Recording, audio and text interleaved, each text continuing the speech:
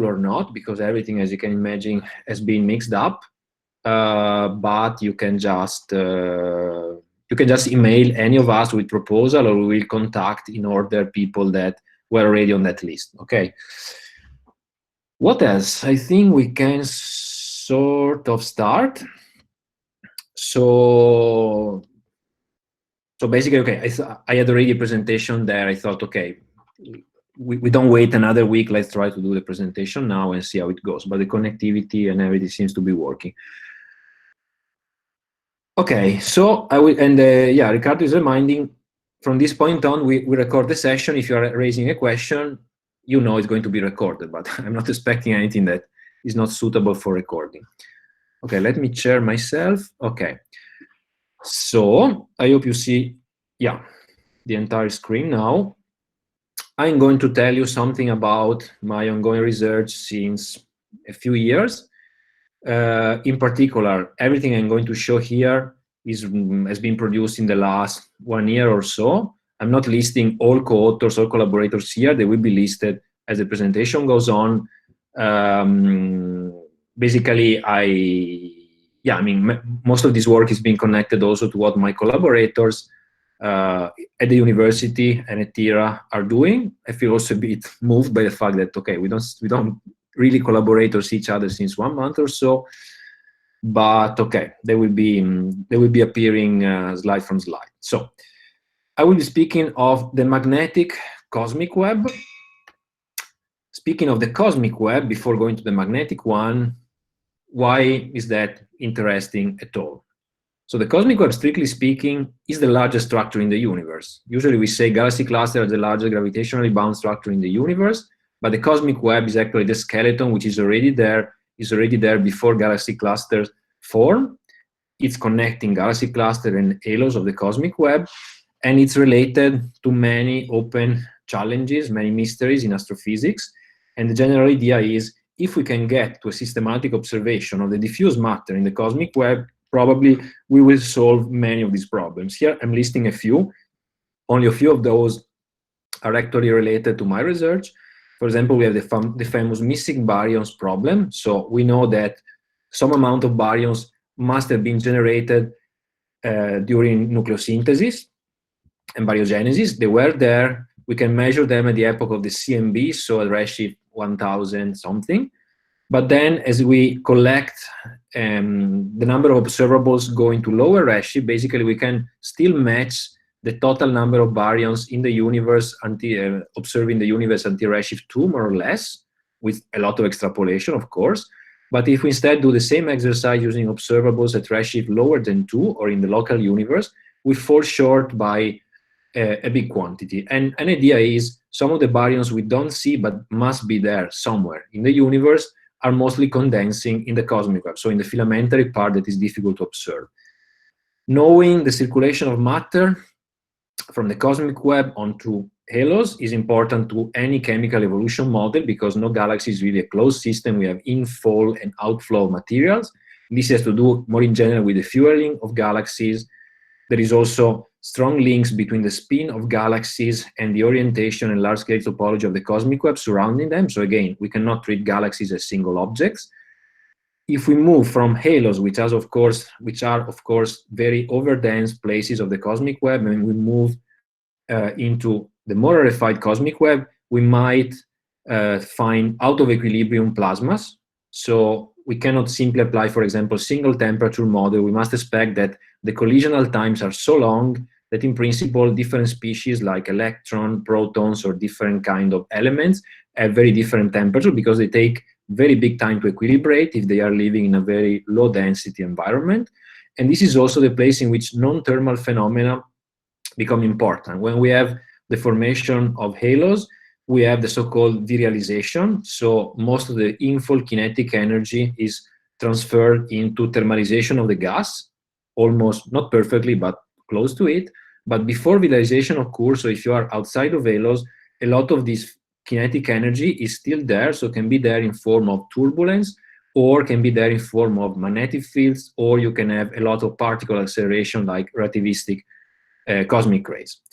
All these mysteries are connected, and the cosmic web is a place in which many of these mysteries are somehow closely related together. So let me focus again on a few of the most important. So the missing baryons, this is the pie chart that tries to list all different budget of the cosmic baryons we can feel if we combine together observation, for example, from the Lyman alpha forest, different phases of the warm, hot intergalactic medium using different lines, or we can count them in galaxies, circumgalactic medium, intercluster medium, cold gas. There are a lot of uncertainties because, of course, even if you can quantify, for example, the amount of baryons inside of galaxies, you still need to extrapolate for the mass function of galaxies in the universe, and you are not sure, for example, observe this pie of the pie chart, you're never sure if you are maybe double counting different phases. Is one of these observables is already telling you, is already accounting for the other, so this line here, this dashing, means maybe we are double counting different species. Anyway, if we try to combine together all these different phases, we fall short from 30 to 50% of the total baryons that must have been created during baryogenesis, and we know are there at least at the epoch of the CMB. We still have to image them. As you may know, the claim of a detection of the missing baryons in the universe is something that periodically appears in the news. Every time is a Nature paper, basically. The latest one was by Fabrizio Nicastro last couple of years ago now. I think now, so that was the detection of an absorption by a nearby absorber, redshift 0.4, that was compatible with having absorption from the cosmic web, from the coldest part of the warm hot intergalactic medium. As far as I know, this significance had been later revised, and it's now at the level of 3 sigma, so it's not as spectacular as in the original paper. And you can see other papers here for the debate about that. Imaging is even more difficult, so there is a pretty strong evidence of imaging of very hot and very dense filaments connecting to galaxy clusters by Eckert and collaborators, 2015, of course, a Nature paper. And that was XMM observation of overdensity of X-ray emission around real overdensities of galaxies outside of the virial radius of this galaxy cluster, able to 744. This is just the ending part of filaments, but their properties seem to be compatible for really the first imaging of the final part of filaments from larger scales. And this is really the gas. So it's not overdensity of galaxies, that's the gas in filaments emitting before connecting to a galaxy cluster.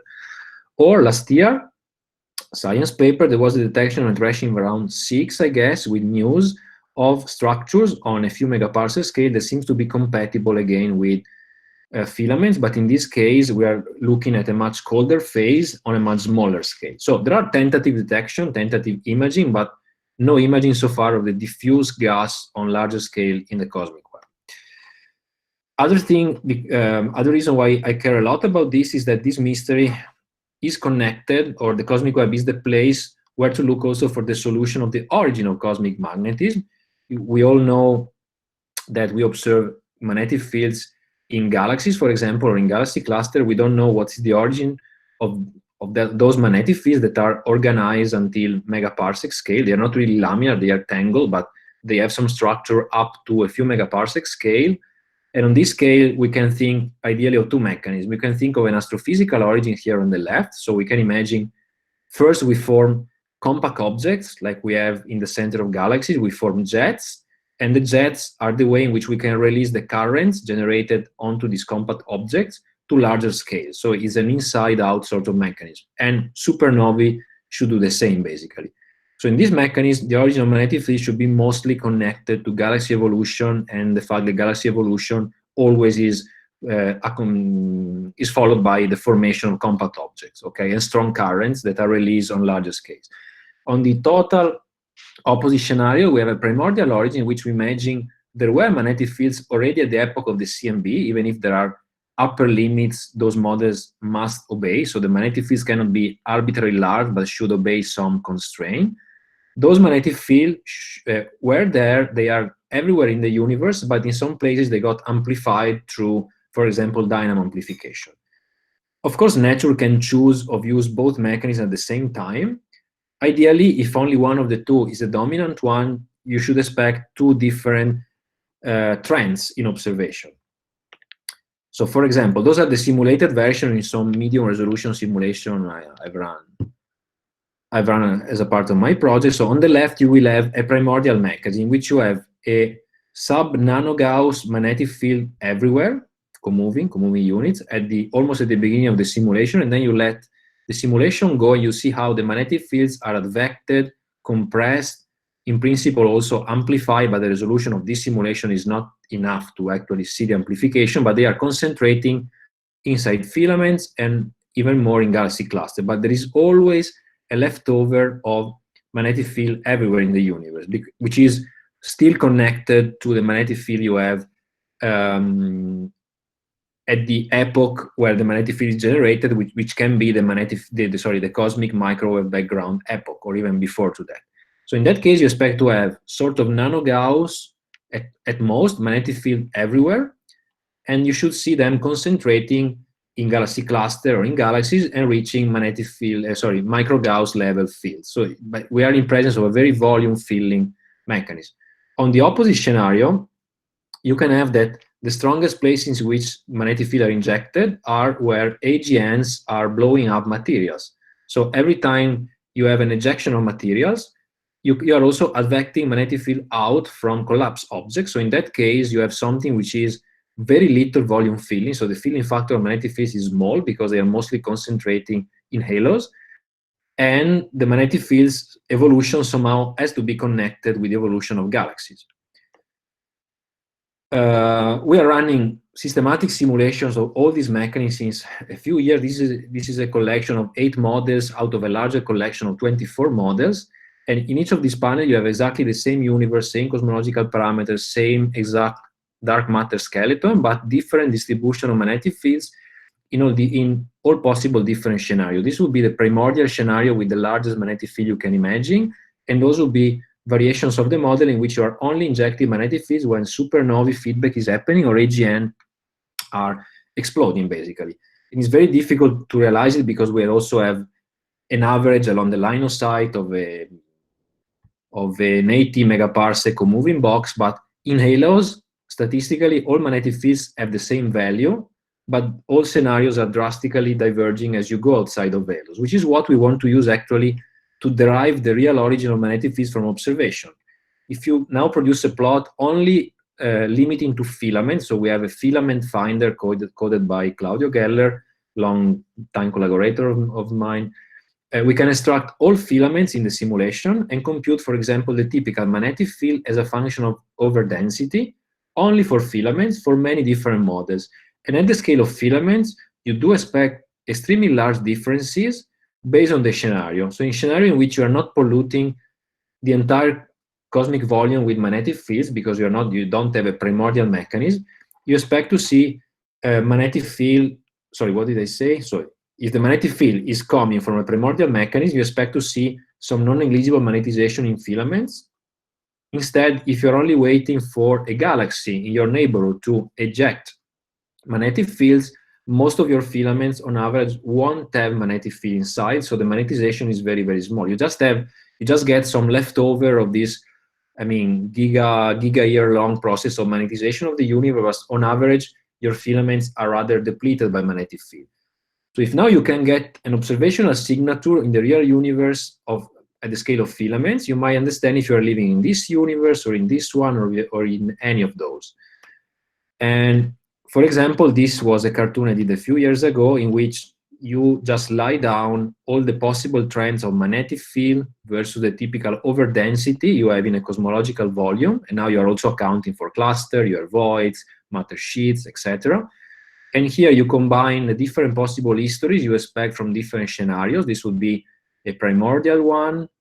This would be, and then the scatter here, you can think of that and some sort of cosmic variance of model variation. It's not very important. But the logic is that if you are in an astrophysical scenario of magnetic fields, for example, if you combine observation of ultra-energy cosmic rays, fast radio bursts, you are already, depending on your sensitivity, you are already in a situation in which you can, for example, kill these models. Or vice versa, you can find trends in which the propagation of ultra-energy cosmic rays is only compatible with the existence of a primordial mechanism, because otherwise an astrophysical one would not affect the propagation of cosmic rays in voids, for example. That's the logic. Unluckily, in the real case, we are mostly working in this regime, so we struggle to observe, for example, radio emission just outside of galaxy clusters, which means we are working in this regime in which models are still very close by, but still there is some edge to try using this information to derive, to start killing theories, basically. In galaxy cluster, instead, galaxy clusters are not the proper place to look for those effects because they should be dominated by small-scale dynamo. This is known since, I mean, it's expected since long time, since a couple of years. We can also directly simulate this with simulation. Like in grid simulation, we have here on the right the magnetic field, and we see how the magnetic field is building up in this forming galaxy cluster. And already after a few time steps, you are dominated by small-scale dynamo amplification. So you are continuously transferring energy from the infill kinetic energy of the gas into the amplification of magnetic fields. So the source of most of the energy you would see through the magnetic field in a galaxy cluster is not coming from the primordial field, it's the result of a conversion of kinetic into magnetic energy. And in this process, you lose entirely track of the origin of this magnetic field. So in this case, you are probing, for example, plasma processes or turbulence in principle, because you can relate the scale of the fields to the scale of the flow. But you cannot instead access back to the origin of such magnetic field because it has been erased. It's such a violent mechanism, you totally erase the magnetic field in galaxy clusters. Okay, on the other hand, we have still simulation that can help us to do predictions of how to detect magnetic fields outside of galaxy cluster, and we can actually combine this. I mean, an approach to tackle the problem is to say, let's try to use X-ray observation to locate, for example, bridges or filaments in between galaxy clusters and see if we can get a radio signal out of them, or vice versa. If radio observation will catch up first in detecting the cosmic web, can we then use X-ray observations or long integration to access the gas there, so to image the filaments of the cosmic web through the X-ray emission. This is a simulation. There's a distribution of magnetic field in this universe. This is, I guess, the largest MHD simulation ever run in single grid mode. There are more cells here. There are actually factor 2 more cells in this simulation than inhabitants of planet Earth now. This is the overlay of X-ray emission. So you can already see by eye that there is a different clustering property between X-ray, which is tracing the gas and mostly scales like n squared, so gas density squared, and the distribution of magnetic field. And this is what we expect from radio emission. So if we think we can now transform the information of shocks in the simulation, every of these structure is surrounded by shocks because structure formation wants shocks to form. We have simple, into quotes, recipes that are the same we are using to model radio relics in galaxy clusters. The same recipes can also predict what is the amount of radio emission we expect from strong shocks in the outer universe if we have some level of magnetic field. And from the amplitude of this signal, we can derive what is exactly the magnetic field there, if we get either a detection or upper limits. This is work I did with Stefano Ettore mostly. It's a paper we published last year on ANA, and it's also connected with Athena, Future X-ray telescope. And we try to see how much of the cosmic web we will be able to detect, or actually I should say real observers, not me, are going to detect using Athena or the SKA. In this case, the difference to bear in mind is that in the case of SKA, provided it will be built with the specification we think it should have, this is actually an entire field of view for the nearby universe. The SKA will cover with a collection of several 5 degrees square pointings.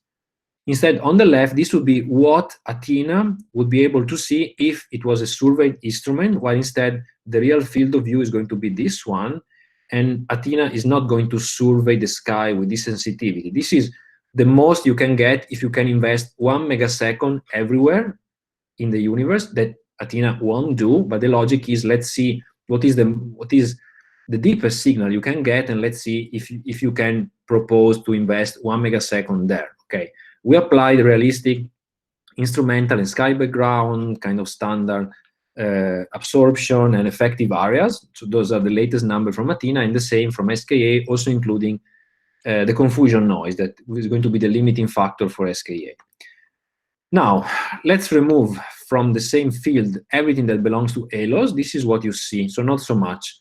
You have just a tiny excess of emission. You can see here in yellow color. In the case of X-ray, you have a somewhat larger emission outside the galaxy cluster. You can still detect with SKA. And now let's see if we can combine both observations to detect something that is common to both wavelengths that we can use to do science. It's not so much. We can now plot here on the y-axis. I'm plotting the distribution of emission you can get in radio for all pixels in that simulation, so in the survey case, and the same I'm doing here on the horizontal axis in X-ray. And those lines are marking what, so the right of this or everything on top of this is what those instruments can detect. So in Athena, you will be able to detect basically 100% of the emission coming from galaxy cluster and groups within their Vera radius, almost, and a good fraction of the emission that is coming from cluster outskirts. We can go in the simulation and decide how much of this energy is coming from, for example, clusters or outskirts or filaments. And vice versa, with Athena, basically you won't be able to see any filament, meaning something happening outside of the Vera radius of clusters. On the other hand, in radio, you can detect a lot of emission from galaxy clusters.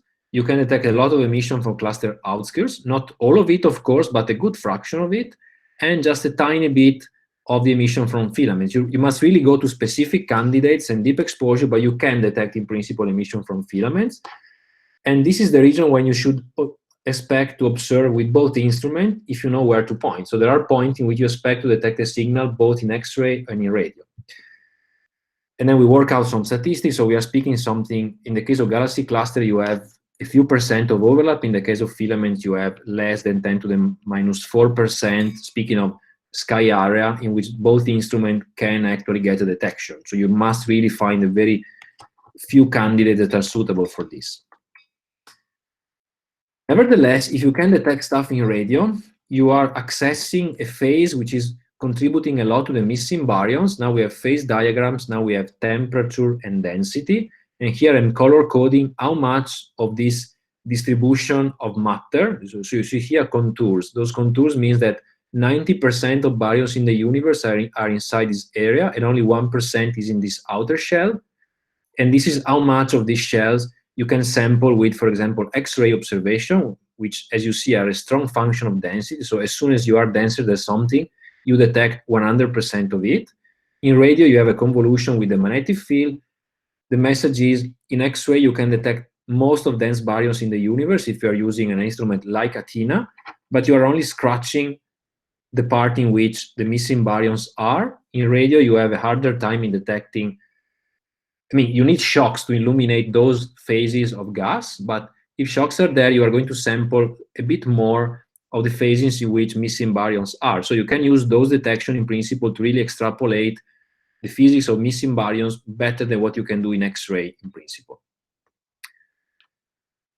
So I'm already running late, but I don't see any chair waving at me, so I just carry on. So in simulation, you can see that a good place to find for observations that at the same time are detecting radio emission and X-ray emission outside of galaxy cluster are these sort of bridges. So when you have two galaxy clusters merging, before they merge, there is like a 1 giga-year lived phase in which there is a boost in this region here.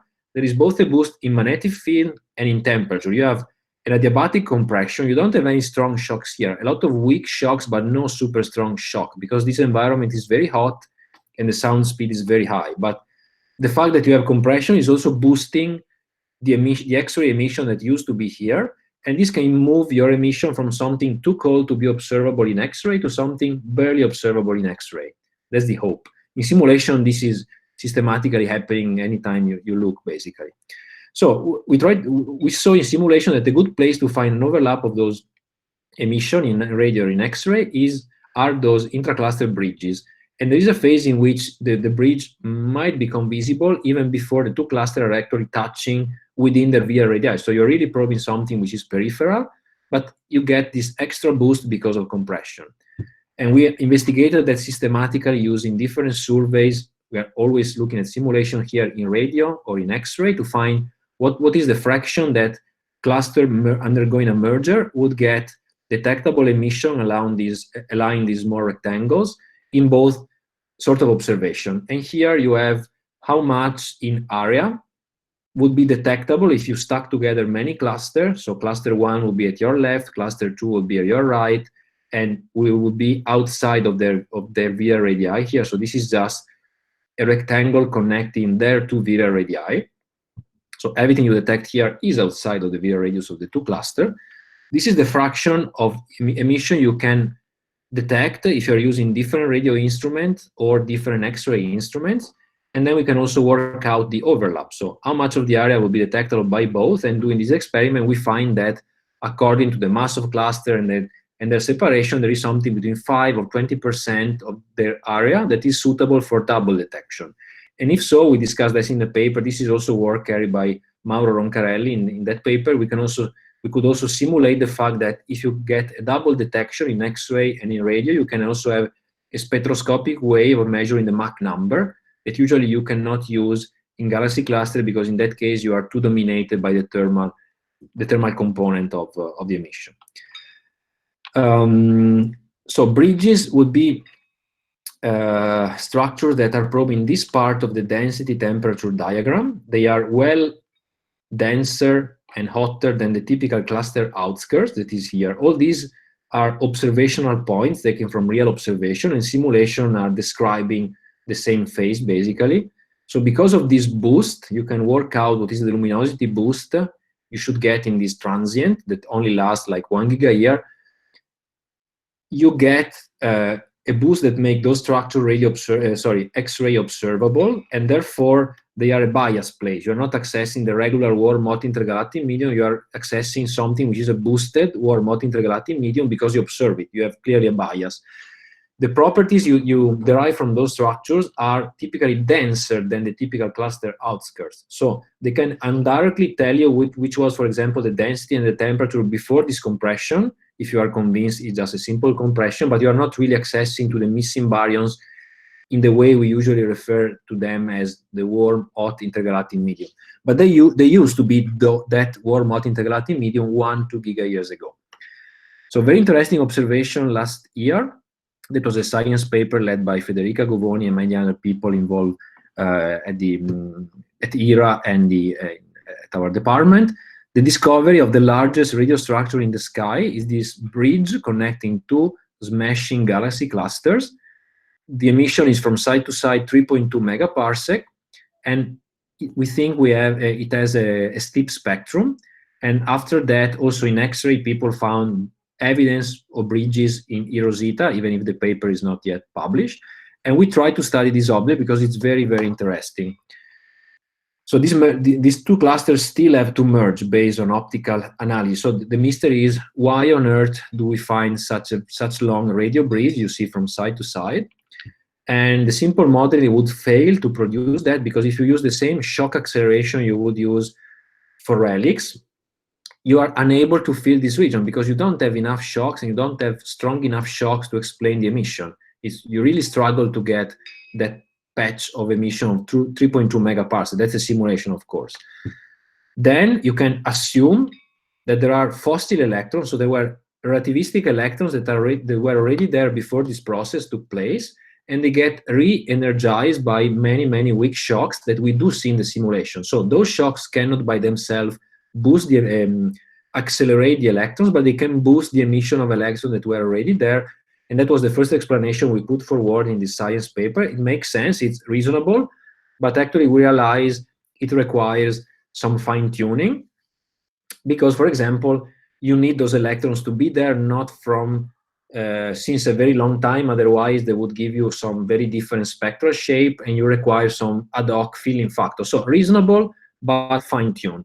And then we have this other paper with Gianfranco. Gianfranco was the leader of this, Brunetti, that was published this year in PRL, trying to explain the same system and realizing that the same system is also developing a lot of turbulence in between.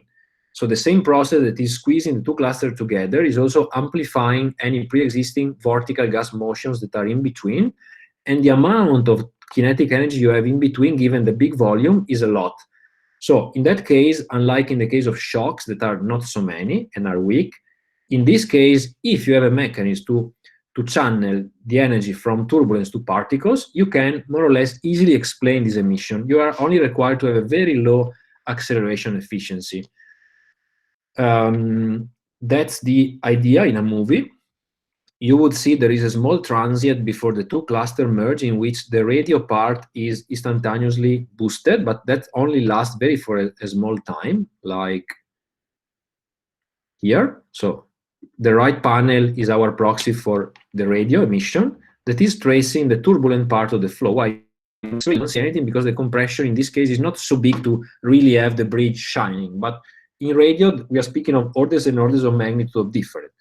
So the mechanism here is a super alphanic kind of mechanism, and you are using the same mechanism that is boosting the dynamo. So the same kind of motion, which is twisting magnetic field lines and locally amplifying the field, is also partially transferring energy to electrons. This is still a turbulent reacceleration mechanism like the so far classic that has been used for radio halos, but unlike the first case, unlike the classic turbulent reacceleration scenario, you are not using the compressive part of the waves here, but the solenoidal one. And this fact, okay, is a bit complicated, but basically it means that unlike the compressive case here, you expect to have a strong coupling between magnetic field amplification and acceleration. If you see accelerated electrons, there must also be magnetic field amplification. So the two are boosted together. And this will also give you a strong kick in the radio emissivity because you are combining relativistic electrons and magnetic field amplification at the same time. And also very interesting, in this mechanism, you expect a different volume filling of the emission at different frequency. If you go to high frequency, you are dominated by spikes in acceleration, and most of the emission is coming from a very low volume filling area, so your observation should be very patchy, and at low resolution, it should be very diffuse. At this point, we only have data at low frequency from LOFAR, and we need to go much, much deeper at high frequency with the VLA to actually test this mechanism. Okay, I'm almost done. I just want to... Yeah, I think the half an hour is... Oh, yeah, you're right. So, okay, thanks for the check. Okay, I will skip this. I just want to say there are still many open mysteries. I just want to call the work that all of my collaborators are doing. So, for example, studying the topology of magnetic fields at high resolution in peripheral shocks in galaxy cluster, we can study the topology of magnetic fields. We can also calibrate using a mixture of simulation and observation the uncertainties that are in deriving the real Faraday rotation signal from filaments, because we always need to fight against, for example, the intrinsic rotation measure from background galaxies and the one of our own Milky Way. And this is work by Nicola Locatelli. The first one was work by Kamlesh Rajpurohit, recently on ANA, actually accepted last week. Also, we can simulate, for example, the formation of the very first shock in the universe that maybe are still forming when there is no magnetic field at all in the astrophysical scenario. This is work using particle in cell simulation that Gianandrea and Kingo is looking for. Or we can understand better the acceleration efficiency of magnetic field with ad hoc, cluster simulation of radio relics, like Dennis Victor is doing. Now he's almost safe in Germany at the moment. Or we can simulate in detail how the topology of magnetic field and shocks is interplaying to produce different levels of particle acceleration, which is work that Serena Banfi, PhD student in Bologna, is doing. That's my list of conclusions. So, cosmic web is a dynamic environment where drastic changes can appear due to shocks, turbulence, etc. And we can use those transient events to illuminate the life of baryons. And magnetic fields seems to give us in the future better chances of detecting the missing baryons of the cosmic web for many, many models, not only one, but several models. And from radio observations, we can constrain, hopefully, the origin of cosmic magnetism or start to killing theories. Thanks for your virtual patience, and keep safe wherever you are. And I guess we can go for questions, maybe. Yes. Thank you. Okay, I'm clapping. Okay. So, who is chatting now? I take over, or I mean, I think there is time for one question. Chris. Well, I think, okay, I mean, let's not be strict. People are getting bored. Except the chair, maybe they will shut everything off. But okay, some questions, please. Chris? Yeah, hey, thanks, Franco. That was a great talk. Hi. In your slides where you were comparing the outlook for E Rosita and SKA low. It's Athena. It's Athena, I think. It's Athena. Yeah, Athena. No, there is also an E Rosita, actually. But so the outlook for SKA low didn't seem hugely optimistic, unless I'm misinterpreting. But one second, let me understand how to go back to that slide. Sure.